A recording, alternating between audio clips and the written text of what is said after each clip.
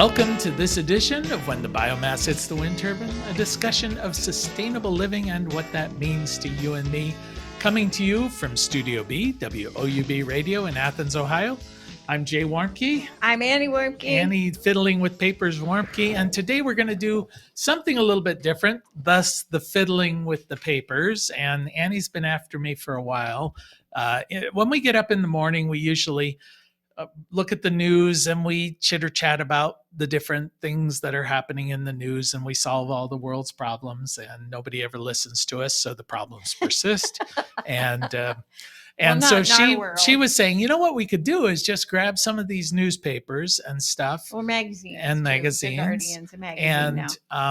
and just sort of discuss some of the stories and how they impact sustainable living. And I don't know how this is going to work, so we're going to try. Let me show. Well, before you get there, I just want to point out now, Annie subscribes to a number of things, but her two main ones, Farm and Dairy. Okay, wait. Here's the next one. And The Guardian. Which I read when I lived in Europe, and it was just about so great. The most incongruous. One is although I have to say I have Mother Jones magazine here, which is much more. I don't even want to say progressive. It's just the most negative. I can't, but I didn't buy that. I have a friend who gets it and she gives it to me. And sometimes I can stand to read an article or two, but mostly it's So we're going to pull a couple of stories. And actually we didn't, I was just handed these newspapers, before we started this thing. Spontaneous. So I thought, okay, the first story we'll pick on is one that they did, which were the top stories of 2022. Right? Farm and Dairy. Journal. So Farm and Dairy, and this goes out to farmers and dairy people. In Ohio, Pennsylvania, maybe along the borders of Ohio. Pennsylvania is big in here too. Yeah, so the big story, the first story, of course, was the war in Ukraine. Let me say something about Farm and Dairy. Okay. They are a really old newspaper, and they have, I think what keeps them afloat, especially during COVID, is the fact that they have a lot of auctions. So if you're interested in auctions, farm auctions particularly, or property auctions or farmland auctions, you can find them online, Farm and Dairy Journal. Sure. And it comes as a real newspaper. And the biggest thing I've found helpful from this is when we have wood fires in the wintertime. No, that's not true. It actually starts. Look here. This is very cool. They have a crossword puzzle. Oh, the crossword puzzle. And we had an intern once who was so keen about it. And every time it arrived in the mail, she would tear the page open and she would sit at the table, and we got hooked on that, didn't we? And plus there's the whole page on religion, which is always helpful. Extra special. Okay, so the top stories of 2022. The first top story was the war in Ukraine. And how it affected grain prices. Yeah, well, that's a big deal. Also fuel prices. Yeah, grain and fuel. So continued on A16. So what they were looking at is essentially that, it hasn't had, I love this quote, this hasn't had a direct impact on the U.S., meaning we haven't seen food or energy shortages. Wait, the war had been going on for 9 months at that point. I find their effect on the U.S. a strange thing. But they're talking about supply chain issues, global issues. Cost of everything's gone up. The cost of food's gone up 10%. They're contradicting themselves. I know. Their energy prices going up 13%. They get awards for this. That's good. I think they might have gotten an award for that story. I'm not sure. All right. Well, so what they're looking at is the issue there as far as war, how war that's going on halfway around the world is affecting every single farmer in America, which fascinating. And I have seen some later stories here how American sarcastic? I sort of, but I'm saying that they have actually benefited from it. The American farmers have benefited quite nicely from this war. But then in what way would you say? Higher grain prices. Yeah, they're complaining about food prices, but they're kind of the beneficiaries. Well, the of big these higher, boys maybe, but the smaller farmer is not benefiting at all. But the second part of this story, which really brought me to, they're talking about bird flu, and how you had, it said that the bird flu in 2022 killed 57 million birds in the United States.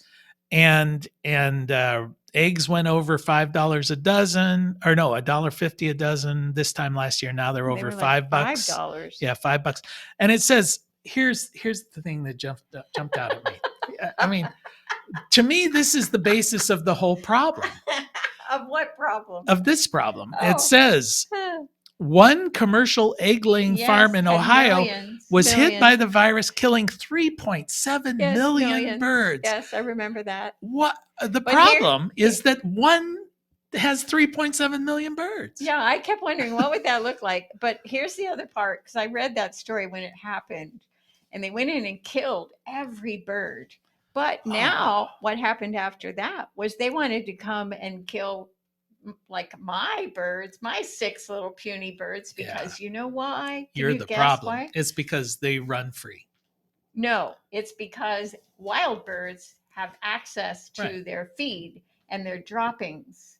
And I didn't read of one single small farm, even that would have had 100 birds, that had this happen. It's just so idiotic. But they want to kill all of the birds, and then the prices for chicken and the prices for the eggs went crazy. Well, I wonder what they did with those 3.7 million birds. They bury them. Are you sure? Oh, yes. They processed them into dog food. I'm sure they did. Oh my God. You think they did? I'll bet you money. That's money. That's a lot of money. You hardly ever see.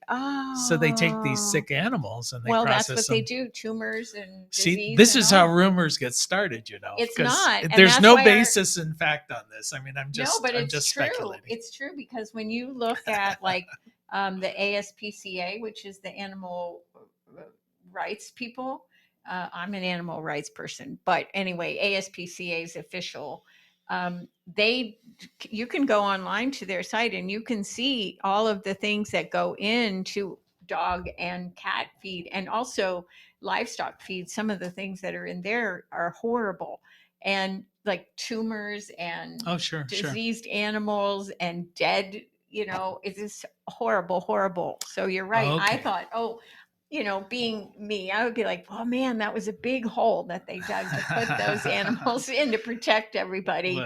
Shame on me for being so Pollyannish. I mean, that's a lot of oh my dosh God, there. it's just so horrible. Okay, and as another part of this article, they are talking about, it's funny when you talk about farming, it's always corn and soybeans, like that's farming. But when we had Melanie corn as futures. The intern, and she would always say, can we have corn today? And we're like, no, we're not eating corn today. Let's make corn. What did she? Corn fritters? No, scallop corn. Let's make scallop corn. I'm like, no, we're not doing it. All right, so corn futures topped $8 a bushel, and soy futures are up to $17 a bushel. Wheat is up to $11 a bushel. I always think of corn futures, because if you're buying corn futures, it's like the Bitcoin of agriculture, right? You're not buying corn, you're buying the idea of corn in the future. How much more disconnected? Even be corn in the future. I mean, it's like Bitcoin. Anybody who says, "Oh, there's no value to that," well, there's no value to this. You're buying the idea of corn in the future. Oh, it's betting. That's capitalism. It's just betting. That's capitalism. All right, so that's enough of 2022. We're done with that. Okay, what article did you pull up? All right, so I have Mother Jones, and I'll show the front of it.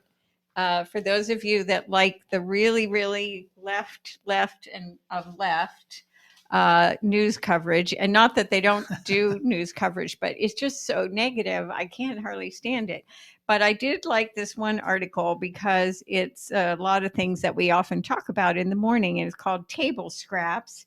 And let's see, what issue is that in? It's in March, April of 2022.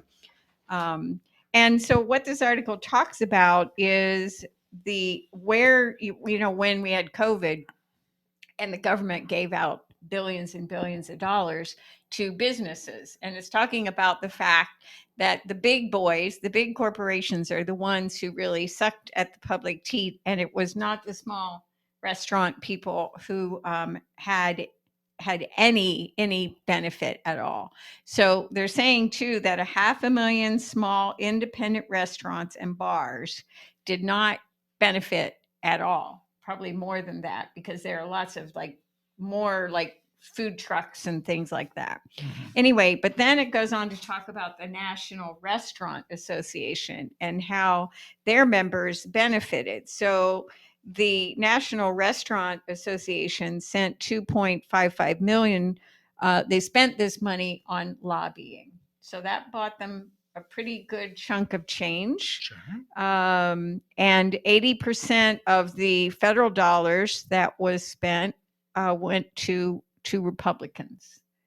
Went to as it should be, because that's Why not? how it goes. And so here I'm just going to read a few of the dollars and cents that went to some of the big Well, boys. before I'll pass over the fact, I don't know how they would identify who's getting it as Republican or Democrat, but it could be red state, it's not blue too state, hard. maybe? It's not too hard, because these boys also give money at other times to PACs and things, and so Okay, so that's the not too hard to- corporations were supportive of Republicans. Yeah, so Subway got 362 million and some change. Okay. Golden Corral, Plastic They City, still are Golden Corrals out there? 277 million. IHOP, which was going out of business like no tomorrow, 117 million. Dunkin' Donuts, who could think it, 90 million. They were at the low end. Yeah. Denny's got 79. McDonald's 47 million, and the average non-franchise got $287,000. Okay. So seems fair. Yeah. Seems fair. So all of these companies, all of these businesses that got all of this public funding then immediately went out and raised the wages of their employees. No, they didn't. Afterwards. So here's the even. This even gets really a lot worse. Marriott got at least $10 million. Disney, their restaurants got 10 million. McDonald's, Panera Bread, Golden Corral, and Dunkin' franchises got 10 million. And Apple Corp Campus Caterer got 10 million. Cool. So there is a huge campus court. I wouldn't have guessed that. Let's see who were the Republicans who got the money from now the you're turning NRA, the national. It says NRA, but it's the Restaurant Association. Oh, yeah. So Kevin McCarthy, Mr. Speaker of the House, he got $56,000. Former Speaker. Well, he was of the House. Speaker then. Kevin Brady from Texas, these are all Republicans, got 50,000, a little and a few pennies. Pat Tiberi from Ohio got 42.5.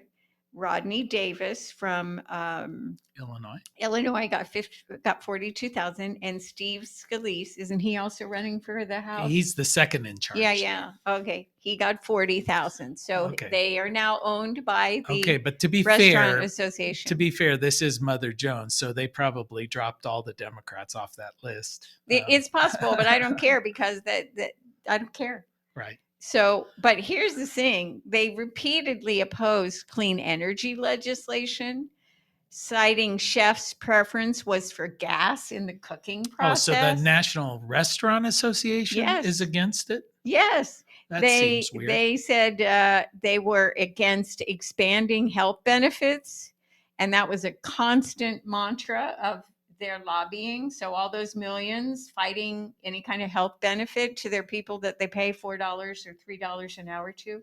In the state of Ohio, the minimum wage for a restaurant worker is $4. It's terrible. Mm-hmm. So anyway, so we now know, based on this data, that the big boys, the big restaurants, did very well during COVID. Extremely well. It's another example of the fact that those people who are benefiting most from public subsidies are the ones shouting loudest that we should not be subsidizing other people. No, we should not. All right. Well, we'll take a moment here to say that you are listening to When the Biomass Hits the Wind Turbine with Jay and Annie Warmke, coming to you from Studio B, WOUB Radio in Athens, Ohio, reminding you it is indeed the end of the world as we know it. Yes, and thank God. All right. So today, this show, we're actually doing something different. Annie brought in a whole pile of her newspapers and magazines, and we're randomly selecting certain articles to be outraged at. And are we outraged? I think we're just to give you our reporting. I'm giving you our uninformed opinions about what so the one that popped out to me here, Farm and Dairy again. Farm and Dairy Journal, On the available front online. page, says Yes. Class 6 injection wells could be the future of the oil and gas industry. Did you really Now, read that? Because I did read that. I scanned through it, and it's very. But wait, I want to say the reason I did read through it is I wanted to see if what you had been predicting for the last 10 years was true, and that was that the future for this technology and the benefits to farmers was going to be pretty much nothing.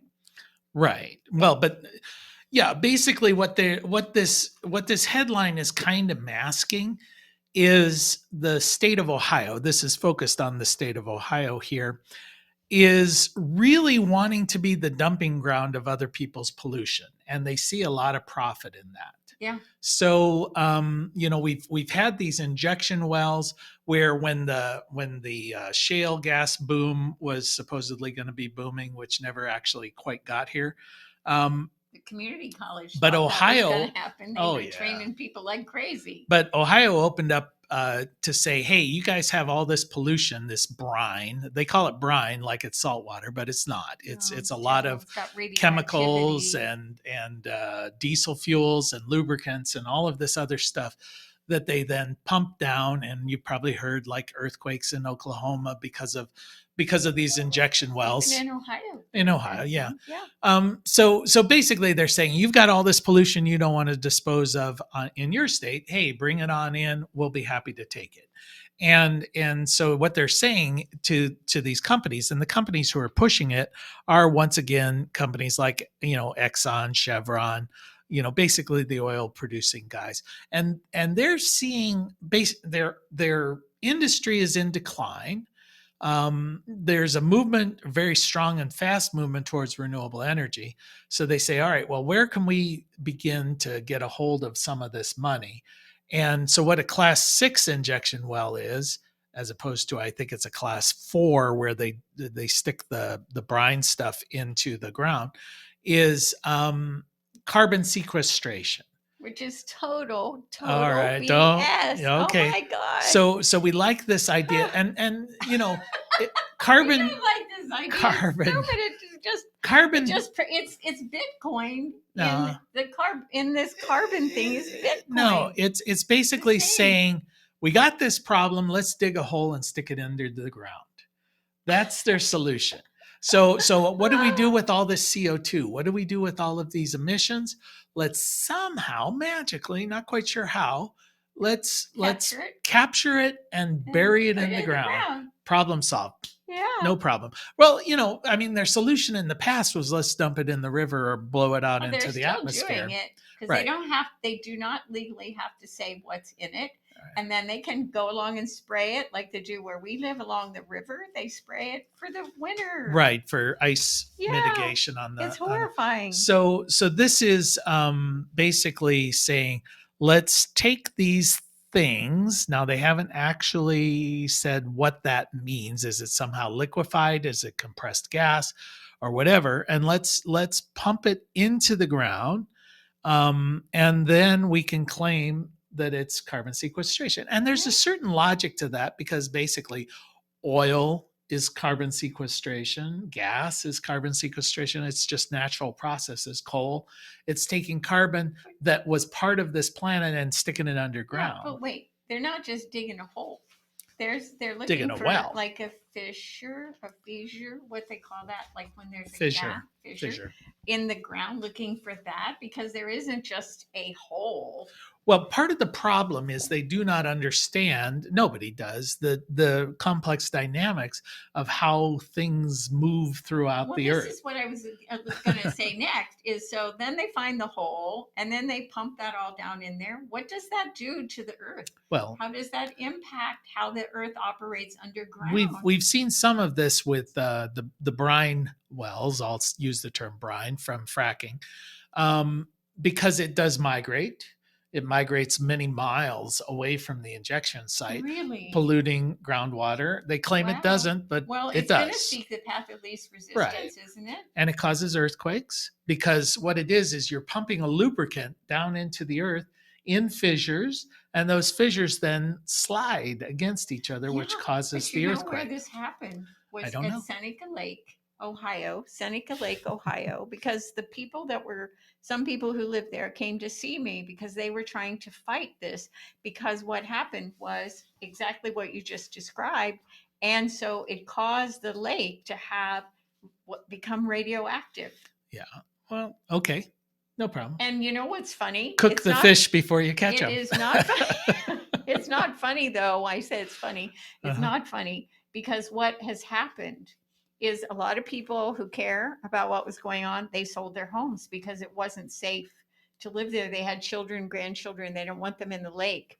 And so what did they do? They came in and they upscaled everything. They took out the old camping area. They put in a camping area that has these motor homes. I suppose that's what they're called, but they have a second story now that are sitting. You know what I'm talking about? Okay, but I don't know why it's relevant. It's relevant because they took an area that is totally the water version of a brownfield, only maybe worse, and they upscaled it so they could take away the attention to the water issue. All right. Okay, so we found 3 articles to be outraged. We might have time for a 4th one. All right. So Well, go out and be outraged. all right. There's a lot to be mad about, but I'm not angry.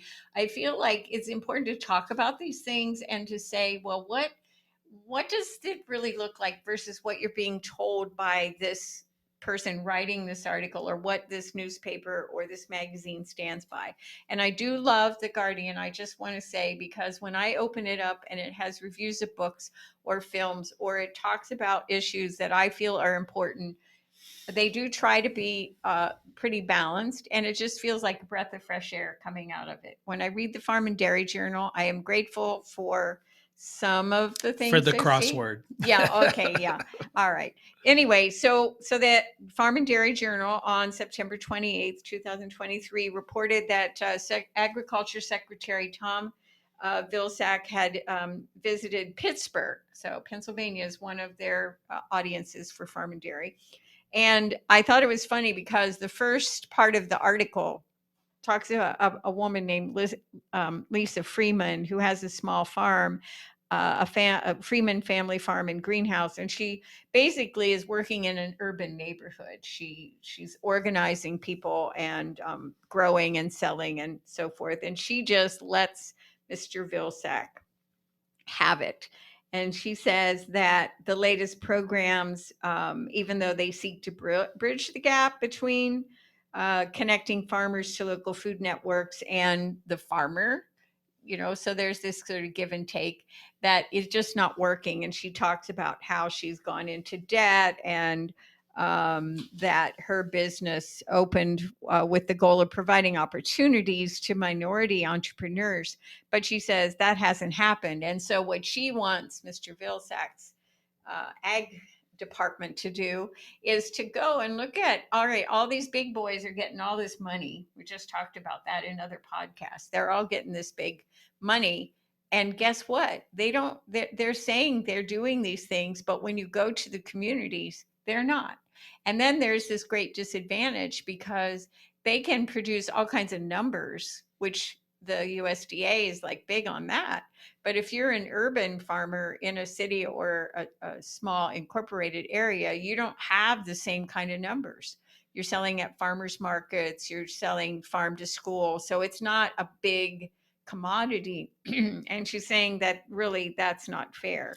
Well, one of the criticisms I have of these programs, often, not just agriculture, but in general governmental programs, is the folks that are administering them. It's much more important to be seen to be doing something than to actually do Right. something. That's exactly her complaint. That's Yeah. exactly it. So, but the one thing I will say is that under Vilsack's and Biden's command, I'll put it that way, there has been a lot of money injected um, into farming, and also I think they've also used words like the climate smart farm bill, which it has sent, I don't know, was $5 billion into USDA programs. They said they're looking for innovation. And that's something the government never wants. But the reason they need innovation is because we aren't going to be able to feed people the way, bigger, bigger, bigger is just destruction, destruction, destruction. So there are a number of grant programs, and you can find out more about that on the USDA website. But there's a farm to school grant program, and there was a person there that talked about the benefits of that and how that is improving food that's fed to our children. That's hard to believe because the food is being produced massive in a mass production line, and it's apples and it's oranges, and I don't see it. But I will say, to defend Vilsack and Biden, that after the day after Trump was inaugurated, under Mr. Obama, we had a really great website for the USDA and a tremendously helpful pages for women in agriculture. And they did a lot of great programming and everything. And the next day after Trump was elected, uh, it all went away. It was like a 1950s website, and there wasn't a word about women or any statistics about women. And so I got to say that they are trying to do better. But a lot of programs are developing in urban areas, particularly in poor neighborhoods where people are working to help feed people, but also to sell food.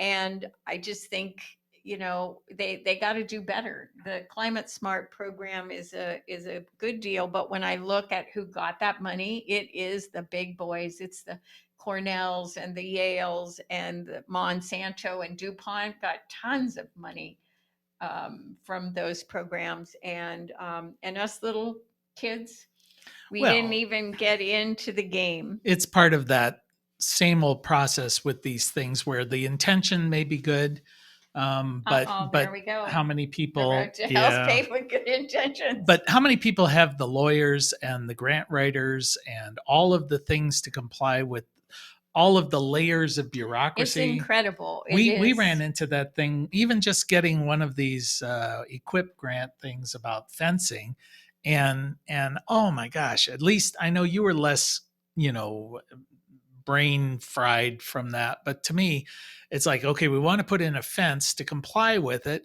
It took years, and Well, it they had made cost us us start over because over there and was a over. new So, administration. and by the time it was all done, yeah, they did provide a certain portion of the cost of the fence, but the amount we had to pay was pretty much the same amount we would have paid if we had put in the fence ourselves. Well, I don't think that's exactly accurate, but one thing I will say is that there's a challenge for most farmers because in some districts you have to pay up front. You've got to pay the person Okay. and then wait for reimbursement. But we were fortunate we didn't have that, and so we have some podcasts about those programs, and they are beneficial. I want to Okay. defend that So we slightly. have ranted enough. You have been listening to When the Biomass Hits the Wind Turbine with Jay and Annie Warmke, coming to you from Studio B, WOUB Radio. We want to thank our always ranting, Emmy Award winning producer, Adam Rich.